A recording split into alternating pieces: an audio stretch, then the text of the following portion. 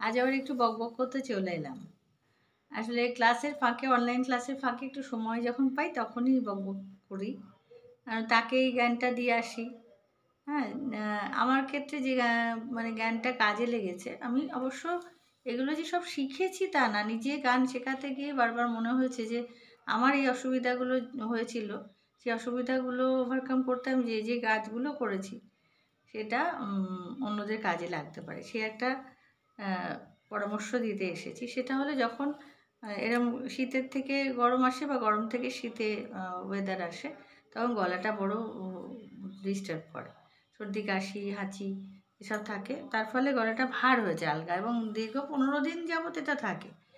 এবার তখন কি করা? যে স্কেলে নরমালি আমরা গাই, সেই স্কেলে গাইতে পারি না। অ্যাকচুয়ালি গান তো যেকোনো একটা স্কেলে হয় না। আমি যদি বি ফ্ল্যাটে রেয়াজ করি, কিন্তু বি ফ্ল্যাটে সব গান হবে এমন নয়। এইজন্য আমি কি করি যে মন্দ্র সপ্তকের যার যেটা স্কেল তার মন্ত্র সপ্তকের মা অবধি এবং তার সপ্তকের পঞ্চম অবধি মানে মন্ত্র সপ্তকের মধ্যম এবং তার সপ্তকের পঞ্চম অবধি গলা রেডি রাখতে ওইটা করে সা নি সা, সা নি ধা নি সা, সা নি ধা পা ধা নি সা, সা নি ধা পা মা পা ধা নি সা, সা রে গা মা পা ধা নি সা, সা রে সা, সা রে গা রে সা, সা রে গা মা গা রে সা, সা রে গা মা পা মা গা রে সা, সা নি সা নেমে আসি। সেক্ষেত্রে মনে হয় কিছু, কিছু গান আছে যে আমরা যেটা রেয়াজ করি তার থেকে একটু নামালে ভালো হয়। যেমন একি লাবণ্যে যার যে স্কেলে সে রেয়াজ করে তার থেকে আ একটু কমালে খুব ভালো যায় গানগুলো এবং খুব ক্যান করলে গান ভালো লাগে না। সেই কারণেই যেটা আমি বলি যে সা, নি, ধা, পা সবটাই তো সা, পাটাও সা, ধাও সা, কোনো না কোনো স্কেলে সা।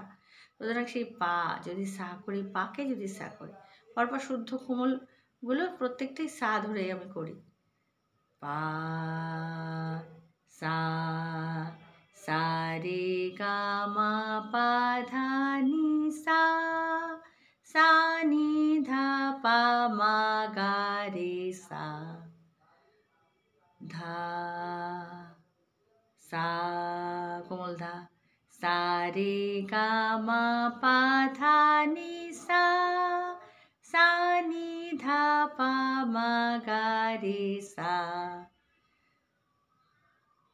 এইভাবে শুদ্ধ ধা, ধা, সা রে গা মা পা ধা নি সা, সা নি ধা পা মা গা রে সা। যেহেতু আমি হারমোনিয়াম নিয়ে বসিনি, আন্দাজেই করলাম। তোমরা এটা হারমোনিয়াম বাজিয়ে দেখে নিতে পারো। এটা খুব কার্যকরী। এইভাবে মানে মন্দ্র সপ্তক থেকে মধ্য সপ্তকের পঞ্চম অবধি যদি আমরা পরপর শুদ্ধ কোমল সা রে গা মা পা ধা নি সাই শুধু করি, তাহলেই আমার মনে হয় গলাটা অনেকটা যাবে। আর আরও একটা খুব ভোকাল ব্যায়াম দিয়েছিলেন আমার বাংলাদেশের একজন খুব ভালো এরকম ইন্সট্রাক্টর এসেছিলেন একটু ওয়ার্কশপে। সেই বইটা নিয়ে একদিন যদি বসতে পারি, সময় হয় না, উনি বই দিয়েছিলেন অনেকগুলো। ভীষণ ভালো এবং সে কতগুলো ভোকাল ব্যায়াম দিয়েছিলেন, মানে ছোটো ছোটো স্বর দিয়েছিলেন। সেটাও ওই গলাকে বিভিন্ন স্কেলে রেডি করা। যখন তখন যে স্কেলে গান গাইলে মনে হবে যেমন যেন গানটা ওই স্কেলের জন্যই আর কি, ওনার এই স্কেলটাই। সেইভাবে বিভিন্ন স্কেলে গান গাওয়ার অভ্যাসটা আমার কারণ আমার অনেক ছাত্রছাত্রী তাদের সব বিভিন্ন স্কেলে রয়েছে, সেই স্কেলে আমিও পাল্টা করি। সেটা আমার খুব সুবিধা হয়েছে। মানে তার ফলে গলা ভাঙা কাশি হয়েছে, আমি গান নিয়ে বসবো না, গাইতে পারছি না, এটা আর থাকবে না।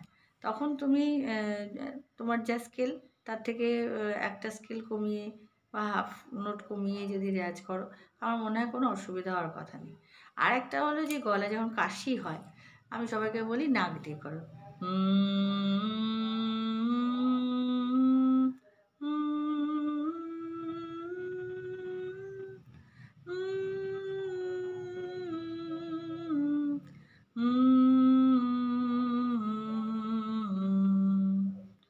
মুখ খুললে অনেক সময় কাশি এসে যেতে পারে।